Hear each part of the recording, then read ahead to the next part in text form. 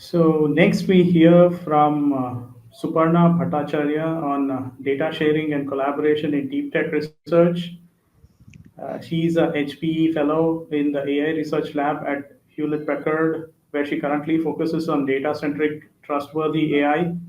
With 28 years of experience in system software development and research at HPE and IBM, including several enjoyable years of open source contributions to Linux kernel, she is the best person to speak on how sharing and collaboration can leverage deep tech.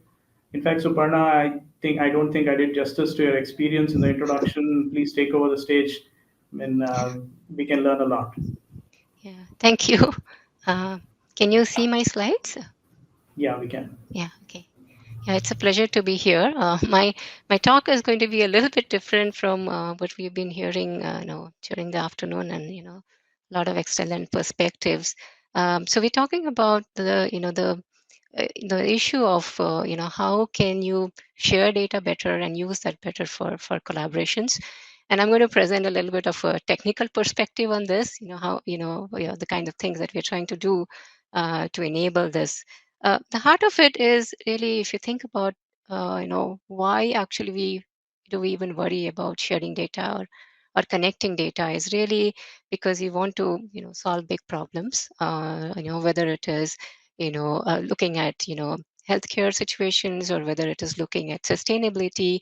In fact, these are the two big things that I heard when I was on a panel at the ODI, on data sharing. And many people started thinking about data sharing around the time of the pandemic, and one of the big reasons why they were looking at that as an area was because of sustainability.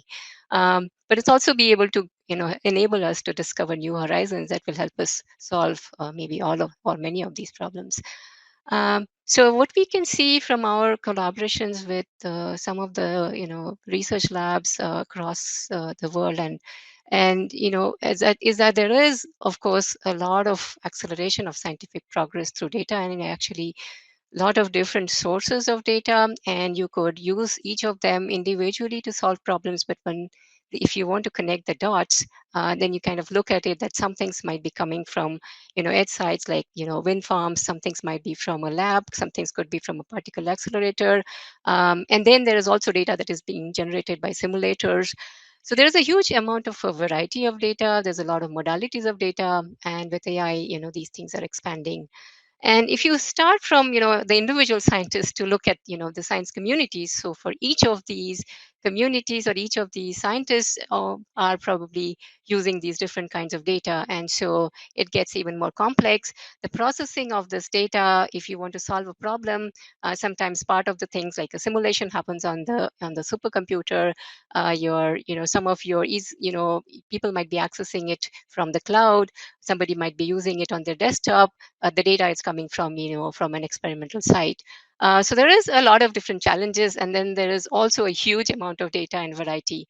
So the question, I guess, is whenever somebody wants to, if you want to really look at collaborating and sharing of data, and the goal is to solve some problem, then the problem often happens to, one of the first problems is, how do you discover valuable data sets? How do you know this kind of data is suitable for my use case? And we've seen some examples. If you look at, say, some of our customers who are working in industry 4.0, you have lots of sensor data from various sources coming in. But then if you look at the operations technology engineer who actually has the insight, if they want to use the data, they don't know actually how to plumb it. They do not know what data means, what formats they are. So you can think of it as data everywhere but not a drop to use. You need the right plumbing and the right amount of information about it to be able to utilize it. Another example comes from the healthcare and life sciences. So, when you try to do disease surveillance, like when you're trying to predict, the spread of a disease, if you find that oftentimes there is a fishing expedition to get a lot of good data, because you get data, maybe you want to get data about demographics or about, about weather. And these are, some of them could be not good quality, some of them may not be the right granularity, and so it takes months sometimes to be able to get the data, even when you are able to access the data.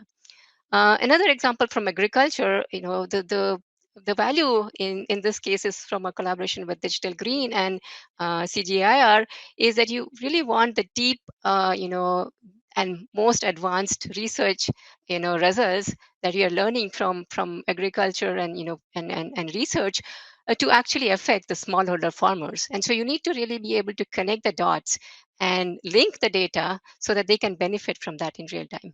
And so all of these kinds of questions of understanding what the data means, is it suitable for my problem, and what else is it related to, and what could be, the challenges if I actually use the data. So the question is, how do I get to that, right? How do you know the meaning of the data? And so if you think about it, how do we know the meaning of a word? We understand it very much in the context of its usage. And maybe a same word might be used in different situations and they may actually have a different meaning. Likewise, the meaning of data lies in its use. So, for instance, a meteorologist might look at this weather data, rainfall, wind speed, and temperature in order to be able to build weather prediction models, while a scientist might be using it to look at study the spread of dengue. And see that the dengue actually the mosquito population increases, and that the relationship is very closely related to wind speed.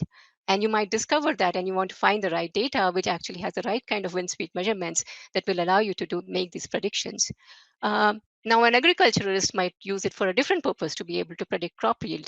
So the question is, what does the data actually mean for me? So the way you can understand the meaning and both the value of the data is by being able to understand its use. So how do you get that kind of information about its use? And this is where metadata about that tracks the usage of data and tracks the lineage of data as it is being utilized can help us learn about the meaning of the data and how you can actually make use of it, and maybe figure out what other data is relevant for your purpose. So this is a project that we've been working on, and it's an innovation project called Project Data Map, which is really trying to give you a way to navigate a map of data and figure out what is really useful for your purpose. Now, I talked about lineage and being able to having that kind of information to be able to understand that. And of course, you might be thinking that that's not something that's easily available. And so that kind of leads me to this larger initiative that we have. And the point I kind of want to really leave you with is that in addition to sharing data, sharing of metadata is also very important. And so this is the idea of having what we call a self-learning data foundation, which sits between the workflows, and this could be AI workflows, could be simulation, HPC workflows, and then at the bottom you have the data. And there is this layer in between that is actually, we call this a common metadata framework, which will track the data pipelines and tracks and learns from this history, and then uses it for a variety of optimizations. Discovery of data was just one thing, but being able to help you use the data, or being able to help somebody clean the data, or being able to optimize the pipelines, a lot of different things are possible. But the heart of it, you need a foundation which will let you actually share this and track this metadata, and then it can be used to speed up scientific discovery. And so, so I was talking about this metadata sharing. So, I used to work on the Linux kernel a long time back, and one of the things that really sped up the open source community's pace of development was when Linux actually stepped back and wrote Git to be able to share code and the changes that are happening to code. So the common metadata framework, the idea is to do the same with respect to metadata. So not just code, but data, but also metadata should be shareable in a Git-like fashion, and it should be distributed. You might actually do part of a workflow on one side, part on another side. Maybe you create a model in one place, you optimize it and fine-tune it in another place. You should be able to use it across, all across. And that gives us this kind of a metadata repository that can be shared very broadly. Another example here is really an application of of the federated version of CMF, which actually lets you exchange this kind of metadata across different sites. So maybe you are, this is an example from a Fusion data platform. So maybe you are, you would have, different kinds of processing and models. Some of this is going to be running on a supercomputing center. Some things might be running on a cloud data center. And then there might be individual developers. And you want to be able to share not just the data, and actually to think about models also as data, think about the intermediate artifacts of data, and being able to actually know where it came from, so that you know that you can trust it and use it for your purpose. Uh, and another example here is, beyond just this, sharing of data and components, you could actually use this kind of information to be able to accelerate the development of models. For example, if you're training and retraining AI models, sorry, I'm just stopping a bit because I forgot to start my timer. Could you please tell me how much time I have left?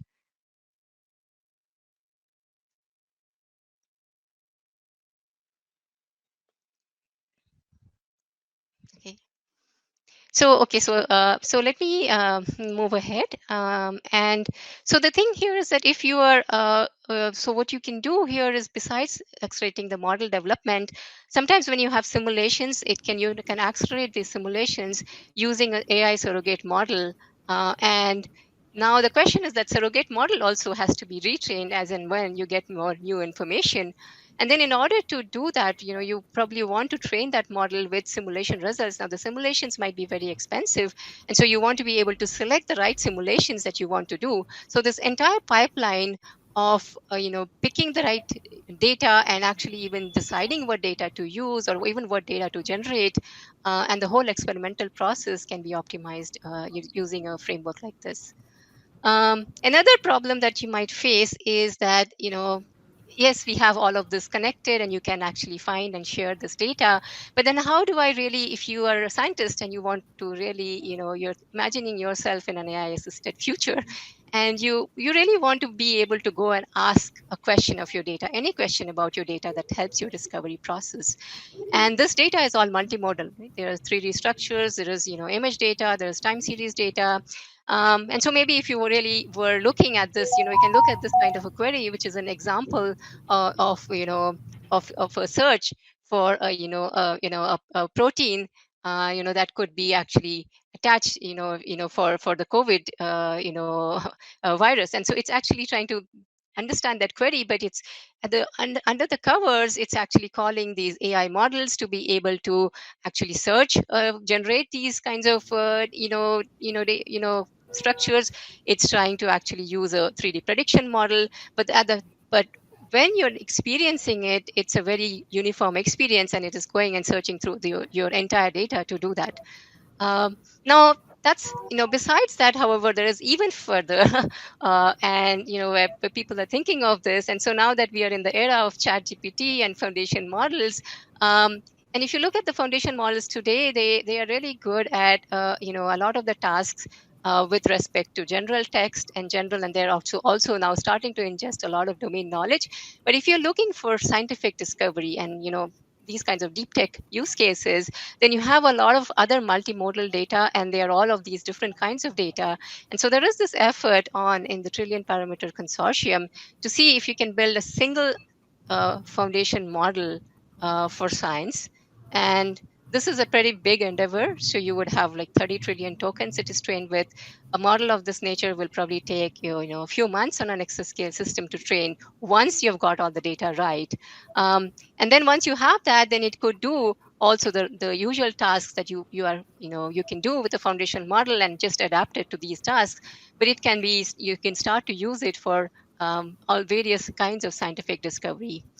So that's just early days on that. But I kind of want to end with this quote here from this paper, which Rick Stevens also mentioned, is that this, even though we are trying to do all of this with AI and foundation models, there is a lot of challenge, because you really want to have, you want to be able to generate the hypothesis, but you also want to be able to verify the hypothesis. And we need to deal with a lot of the issues of, whether you call it hallucinations or trustworthiness of these models, and also be having a lot of transparency on how these models are built, and how these, the provenance of the data sets that are being used to train the models.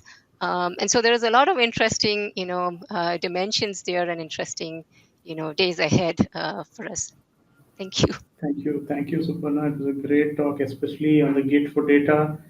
I would want to know how this is available for others. I think it's amazing work on open standards. So Yeah, great. there is a this link I have here. Yeah, which yeah, there is a Git link here. Yeah. It's an open source project. Great, great. I think it's a wonderful work you guys are doing. Thank you for it.